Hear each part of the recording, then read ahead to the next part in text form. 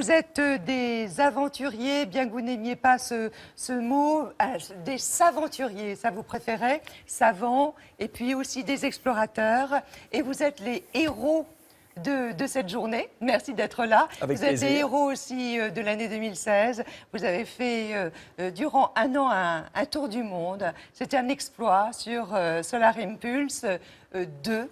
Alors, on va suivre évidemment toutes les coulisses, en fait, puisque aujourd'hui, vous êtes là pour nous en parler avec détail et pour nous dire surtout pourquoi vous vous êtes évidemment lancé dans ce parcours de 43 000 km, qui devait durer en fait 6 mois, qui a duré 1 an, qui a été quand même très compliqué à monter. Ça faisait 12 ans, 13 ans que vous en êtes l'initiateur et que vous l'aviez en pensée, et tous les deux, vous l'avez partagé. Donc, André viendra nous rejoindre, mais c'est vrai qu'on avait envie de revenir un petit peu sur vous, sur votre enfance. Quel enfant vous étiez, vous? Au début, j'étais un enfant un peu craintif. Et je me suis soigné à partir de 16 ans en faisant de l'aile delta, en sautant dans le vide avec mon carré de toile.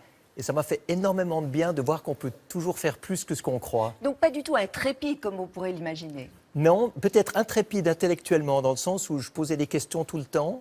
Je n'ai jamais accepté à l'époque de faire quelque chose sans comprendre pourquoi je devais le faire. Donc j'étais un calvaire pour mes profs à l'école. Mais je pense que c'est vraiment utile. J'ai été éduqué avec le désir de toujours tout comprendre, d'être curieux et d'essayer de savoir. Vous appartenez à une famille d'explorateurs, ça aujourd'hui on le sait, non pas à une famille qui est vendue surgelée. Hein. Bien que parfois on est un peu surgelé là-haut. C'est certain. Est-ce que vous croyez, vous, à l'atavisme? On vous voit avec votre père et votre grand-père ainsi.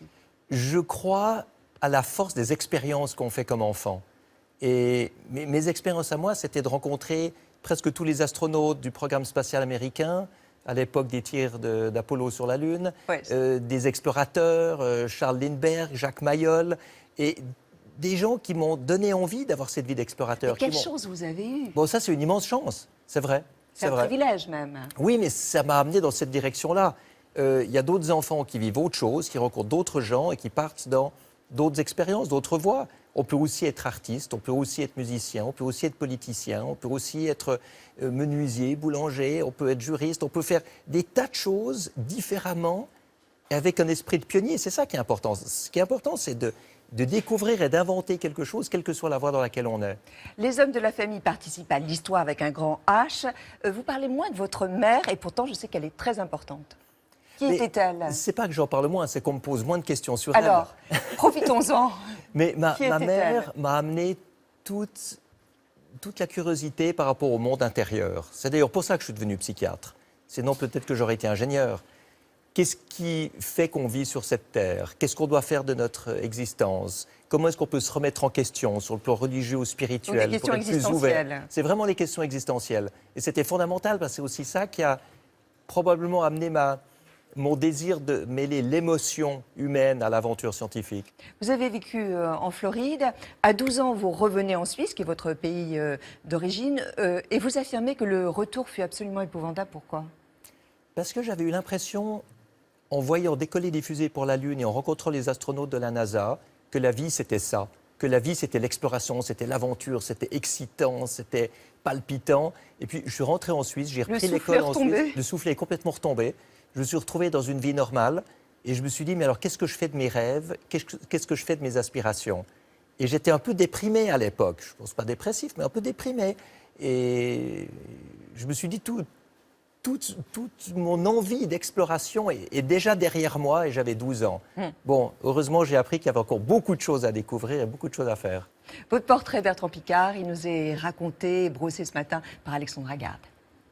Inutile de se demander quel bon vent l'amène sur notre plateau car Bertrand Piccard est le fils du vent. Ce qui le fait planer, Leonard Cohen d'abord, qu'il ose même reprendre en karaoké. Suzanne takes you down to her place near the river. L'hypnose aussi qu'il tente sur Catherine, et là, il manque pas d'air. Fermez les yeux, respirer très très tranquillement. Non, Bertrand ne se dégonfle jamais, même si vous lui proposez de traverser notre plateau en ballon sauteur.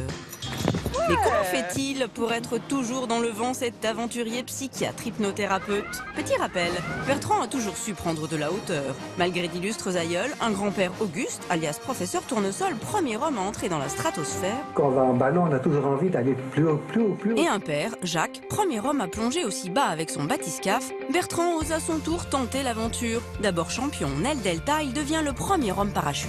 Alors normalement, je fais jamais des premiers vols devant des caméras de TV. Et depuis, il file comme le vent. À bord d'un ballon, d'abord, il réalise le premier tour du monde sans escale en 19 jours, 21 heures et 47 minutes avec Brian Jones en 99. L'essentiel, c'est qu'on ait réussi ce vol.